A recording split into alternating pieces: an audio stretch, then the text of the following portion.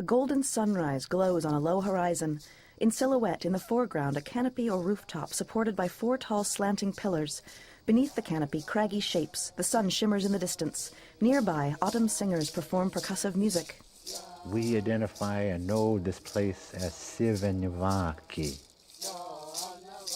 Nowadays would be translated to identify an ancient house. The autumn dancers and singers stand in a curving line. People are still here. You hear the singing, you hear the noises, but you know they're here. The craggy shapes, remains of adobe or packed earthen walls. This is not just a building to us. It has a lot of meaning. We consider this a place to have a lot of spiritual connection. Title, Casa Grande, House of Many Stories. Next, a shadowy shape is cast against a wall.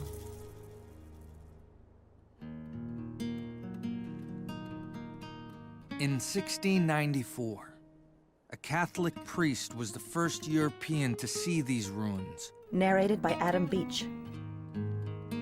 He named the largest structure Casa Grande, Spanish for great house. Around Casa Grande, he found the remnants of a thriving community in one of the harshest environments on the planet. Casa Grande has been a place that has inspired curiosity and questions. The shadow, the priest wearing a black, wide-brimmed hat and cloak. He gazes at the adobe walls. It's an expression of religion, of politics, of commerce. We can marvel at all the details, and at the end, question that most people inevitably come down to is why? Dave Winchester, Casa Grande Ruins National Monument. To the Autumn people, the Hopi, and the Zuni, there is no mystery surrounding Casa Grande. I see and I hear the cries of our ancestors way back then. Joe Joaquin, Tohono O'odham Nation.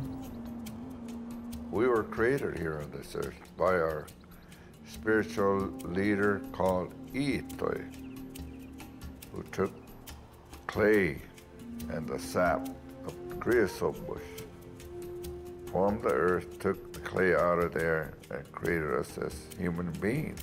A man wades into a clear stream. The native peoples who centuries ago lived in southern Arizona have been mistakenly referred to as Hohokam. It is a term their descendants find offensive.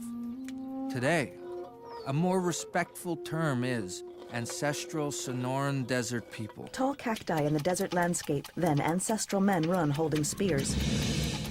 Archeologists believe their existence on this land dates back at least 7,500 years. Early on, we have people who are hunters and gatherers, and they would have to exploit the landscape by looking for different resources. The ancestral men hurl their spears. One man holds a captured rabbit. A spider creeps along a rock. It was a very harsh environment. You could well starve to death within 3 or 4 days. A rattlesnake slithers in brush. It was very unforgiving. A scorpion. There isn't a lot of surface water if you don't know where to get it. The sun blazes in a deep blue sky. We get temperatures going up to 115 and even higher during the summer months. A Gila monster crawls. It's a very difficult life to live if you're not accustomed to it. A broad stream ripples. Next, Barnaby V. Lewis, Gila River Indian Community. The word for water is shuudak. And shuudak to us was very precious. It's sacred. An ancestral woman scoops stream water into a clay jug. The ancestral people take advantage of water flowing in the 4 major rivers of southern Arizona. The Salt River, near present-day Phoenix. The Santa Cruz and San Pedro rivers near Tucson. And the Gila River, near Casa Grande ruins. An arid riverbed. Today, you look at the Gila River, for example, and it looks dry as a bone. What people fail to realize is that up until the 1920s, before these major dam projects went in, these rivers did flow, more or less seasonally, but there was water usually available in those rivers year-round. Using seeds, some of which were obtained through trade, the ancestral people begin planting crops. My ancestors grew a lot of corn, beans, squash. Cotton buds. We also grew a lot of cotton, and that provided a lot of different products for the people to use. Angela D. Garcia Lewis, Gila River Indian Community. But how could they possibly grow crops in a land receiving less than 10 inches of rain a year?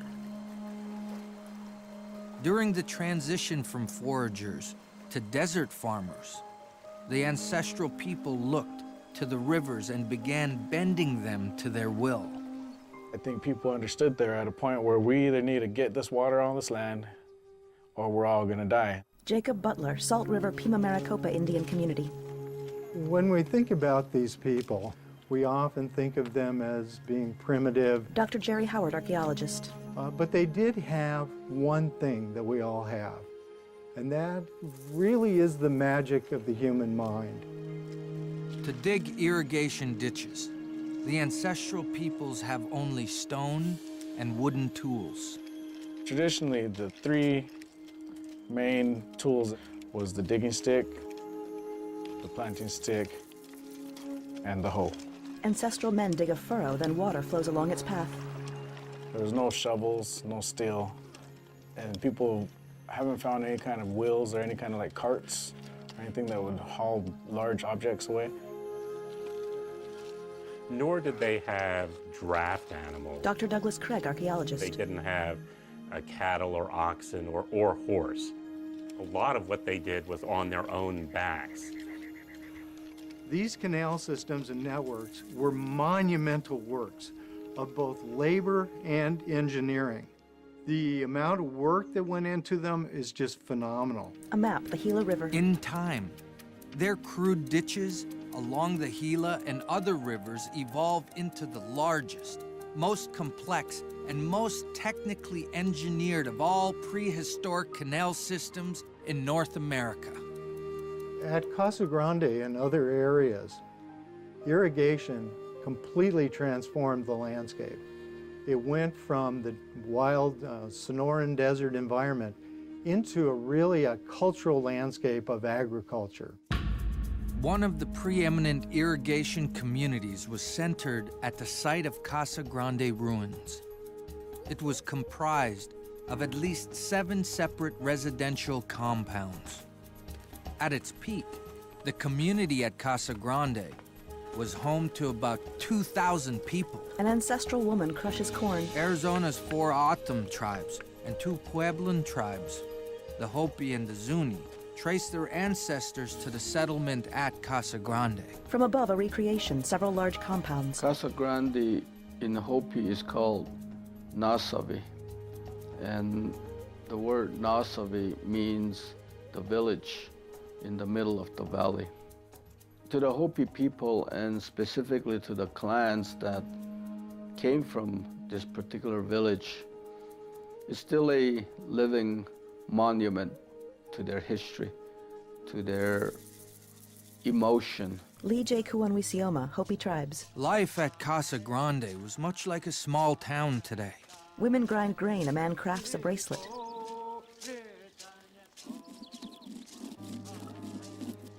Many of the people were highly skilled artisans. They passed along this knowledge to the next generation. He displays his handiwork to a young woman. The ancestral people created beautiful works of art, including intricate jewelry of shell and semi-precious stones, woven baskets, and red-on-buff pottery. A bowl decorated with a swirl pattern. One of the statements I think that this profuse level of artistry shows is that the life that they led was not all about survival. A tiny brush applies paint to pottery. I think that the artwork actually speaks more to that comfort and that sense of contentment, in that people actually had time and they took the effort to go out and produce these very intricate and difficult pieces of artwork. Perhaps the grandest expression of their sophisticated culture was in the public architecture. The Casa Grande was a triumph of engineering. The current evidence suggests that the Great House was built some point in the early to mid 14th century. It's 4 stories tall. It's made out of, archaeologists call it adobe, a caliche-rich mud that's been packed together and built in courses. A cutaway revealing many rooms. It consists of a pattern of rooms, each level being about 7 feet in height. There are large rooms at the north and the south ends, with 3 slightly smaller chambers in between the 2 large end rooms. Many interpretations have been offered for the Great House, everything from an administrative facility for the irrigation system, a storehouse for crops. My own interpretation of the Great House is that it was more along the lines of a palace. The ruins under the canopy. The reasons for building Casa Grande may never be known. Yet archaeologists are more fascinated with what occurs shortly after it was built. One of the great mysteries of Southwestern archaeology, I think, is what happened to these people who built the Great House. The tall interior of the Great House like an atrium. Why did the society collapse so shortly after it was built? Dark clouds float above the ruins. By the year 1450, just 100 years after Casa Grande is completed, the ancestral Sonoran Desert people begin to leave their large communities behind. The ancestral people may have actually been a victim of their own success. Our computer simulations show that by AD 1000 to 1100, they begin to stress the water resource. They can no longer expand their irrigation to accommodate increasing population. A rattlesnake flicking its forked tongue. The oral tradition of the Tanoatam people tells of a time when the once peaceful society finds itself at war. Our creator was assassinated. Dark clouds roil. Our creator went down and told these people to come up and find his assassin. This whole valley was full of people. And when the war began to look for his assassin, everybody scattered. Lightning flashes. Some believe the ancestral people's departure is not linked to war, but catastrophe. Around 1350s and in the 1400s, some enormous floods, bigger than anything we've seen today. And that would have disrupted this canal system supporting a lot of people. So there were probably a lot of these elements: overpopulation, lack of water resources, and the flooding, all coming together to cause this real decline in population. A huge orange sun hangs in the sky past tall cacti. While their settlements are left behind, the people do not disappear. They break up into smaller groups and disperse across the desert southwest. Ancestral people wander in the desert. Their image fades. A lot of the popular literature says that the people that lived here were the Hohokam, and they just up and disappeared like dust in the wind. The sun sinks below the horizon. It's a very odd concept to us here within the community because those are our ancestors. We've always lived here. The desert landscape against a golden sky.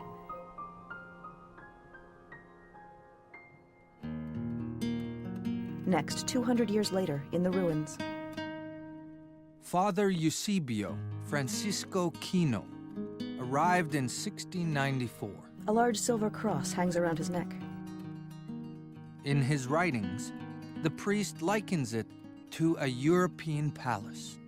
He gives it the name Casa Grande. Next, black and white photos of visitors to the ruins. By the late 1800s, Casa Grande becomes a well-known landmark for those traveling through southern Arizona. Curious travelers stop to collect souvenirs and carve their initials into its walls. There was a stagecoach route, actually, that ran right by the big house. And this led to a lot of folks who inevitably conducted activities that we kind of wish they hadn't. A lot of graffiti started appearing on the walls, particularly the interior walls that were better preserved. With the Casa Grande and its many stories under siege, action to preserve it had to be taken. An aerial black and white photo of the site. In 1892, Casa Grande ruins was set aside as the nation's first archaeological reserve. 26 years later, in 1918, Casa Grande ruins became a national monument. To protect the ruins, a metal roof supported by wooden posts was raised.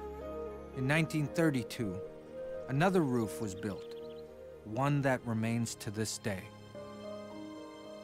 Today, Casa Grande Ruins National Monument continues to preserve and protect the many stories of the ancestral Sonoran Desert people. The Great House is the best preserved structure of its time, an architectural triumph of the Sonoran Desert culture. A contemporary American Indian woman singing. With programs, demonstrations, and festivals, Casa Grande Ruins National Monument celebrates American Indian cultures, past and present. Musicians performing at Casa Grande ruins. From below, the towering ruins and its protective roof. 600 years after the Sonoran Desert people dispersed, Casa Grande remains a place of power. A block of clay, hands break off a corner. Yeah, I feel connected because we're using a lot of the same clay. He fashions a gourd-shaped vessel. You know, because I'm trying to follow the same style they're doing. I'm trying to use the same type of materials they used. You know, and this is a connection to our past. All pottery is, especially the ancient potteries, you know. And I'm trying to do it the same way. I'm trying to maintain a tradition for our people and trying to teach them, you know, that this is important. Ron Carlos, Salt River Pima Maricopa Indian Community. Then, traditional autumn singers at the ruins.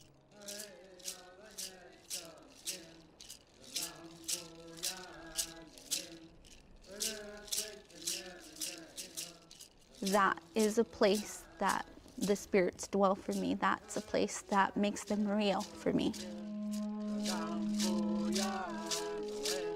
It's a place where I feel very at home, very close to them. In silhouette, autumn children dance in a circle.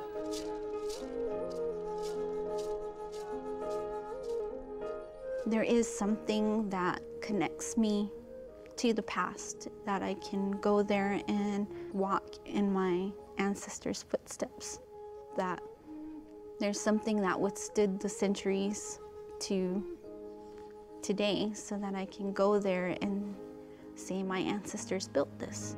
Clouds bathed in pink seem to project past the shadowed ruins.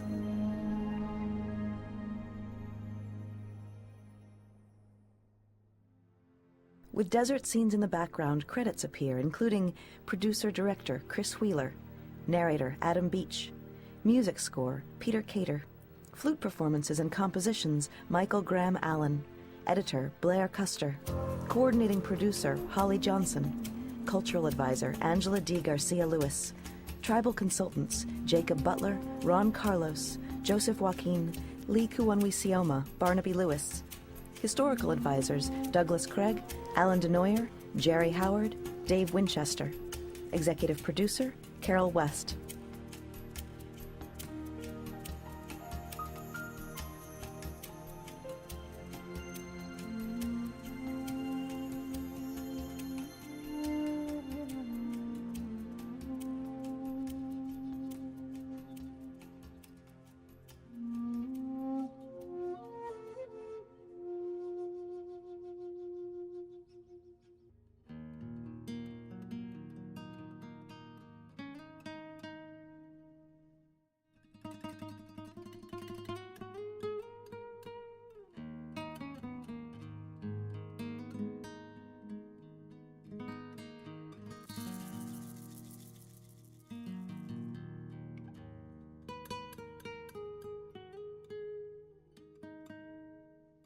Funding for this film made possible through visitor fees collected by Casa Grande Ruins National Monument. Thank you for your support. A logo, a wide snow-filled mountain crevice above the words Great Divide Pictures. Presented by U.S. Department of the Interior, the arrowhead logo of the National Park Service featuring a tall tree, a mountain peak, and a bison.